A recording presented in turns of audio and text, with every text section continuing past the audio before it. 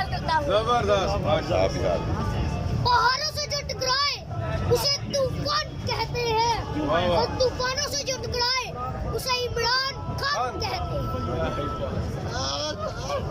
चलो नारे लगाओ, नारे।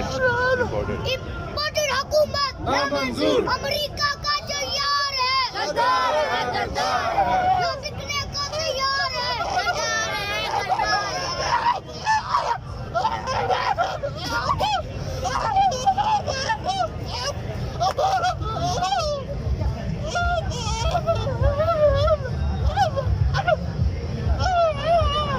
गाना सुनो लगे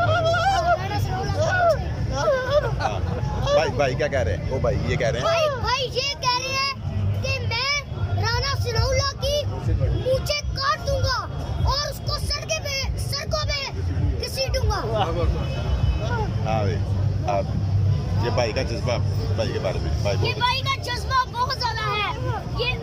ये भाई बहुत अच्छे हैं और मैं शेर बनूंगा।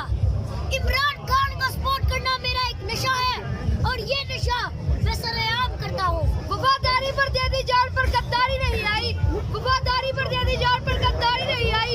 हमारे खून में अब तक ये बीमारी नहीं आई।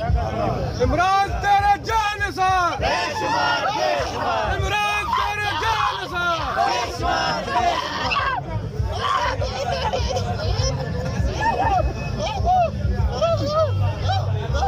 इधर देखना।